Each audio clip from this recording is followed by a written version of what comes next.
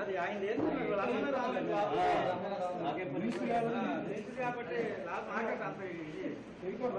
చూపించడానికి కదా 100.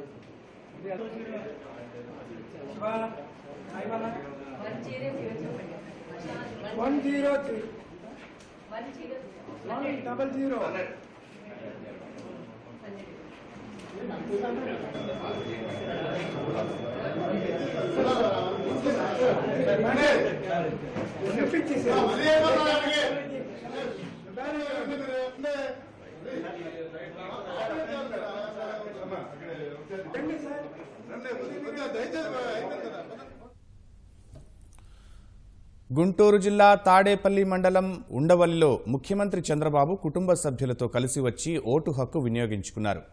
కాసేపటి క్రితం పోలింగ్ కేంద్రానికి చేరుకుని చంద్రబాబుతో పాటు లోకేష్, భువనేశ్వరి, బ్రాహ్మణి కూడా వచ్చి ఓటు వేశారు.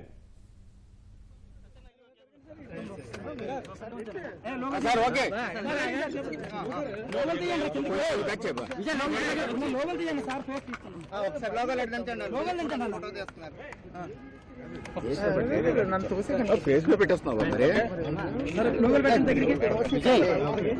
మొత్తం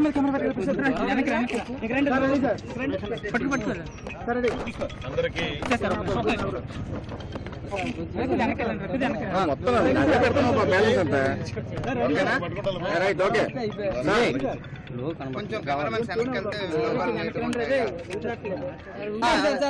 ఓకే సార్. అందరికీ నమస్కారం. ఏదైతే ఒక హిస్టారికల్ ఎలక్షన్స్ అనుకుంటున్నామో ఆ ఎలక్షన్లో ఈరోజు పోలింగ్ స్టార్ట్ అయింది రాష్ట్ర వ్యాప్తంగా కూడా. ఇప్పుడే ఎంబీపీ కాలంలో ఉన్న ఈ బూత్ లో సెవెంత్ గ్రేడ్ స్కూల్లో నేను ఓటు హక్కు కుటుంబ సమేతంగా వినియోగించడం జరిగింది.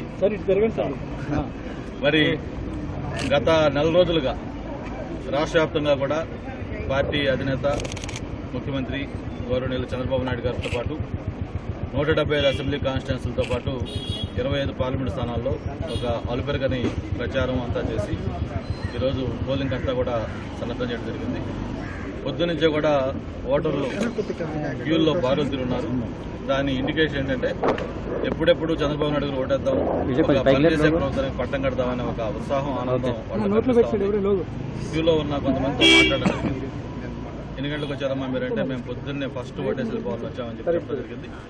మరి ఆ ఉత్సాహం చూస్తామంటే మాకైతే ఏదైతే మిషన్ 150+ టార్గెట్ పెట్టుకున్నామో అది 100% రీచ్ అవుతుందని మేము ఆశిస్తా ఉన్నాం. ముఖ్యంగా మహిళల్లో ఒక స్పష్టమైన మార్పు చూస్తాం. ఇటీవల చేసిన పసుపు కుంకుమ కావచ్చు, లేకపోతే 2,000 రూపాయల పెన్షన్లు కావచ్చు, చంద్రన్న బీమాలు కావచ్చు, అన్న క్యాంటీన్లు కావచ్చు, ఏదైతే సంక్షేమ కార్యక్రమాలు ఉన్నాయో అవి కానీ, లేకపోతే విశాఖపట్నంలో ప్రత్యేకంగా చేసిన పట్టాల పంపిణీ కార్యక్రమం కావచ్చు, హుద్హుద్కి చేసిన రిలీఫ్ మెజర్మెంట్స్ కావచ్చు, ఇవన్నీ ప్రజల్లో బలమైన ముద్ర వేశాయి. విశాఖపట్నంలో ఉన్న 15 అసెంబ్లీ స్థానాలు అలాగే అన్ని పార్లమెంటు స్థానాలు భారీ మెజార్టీతో తెలుగుదేశం పార్టీ కైవసం చేసుకోబోతా ఉంది. ఆ పోలింగ్ సరళి చూస్తామంటే మాకు స్పష్టంగా కనిపిస్తూ ఉంది.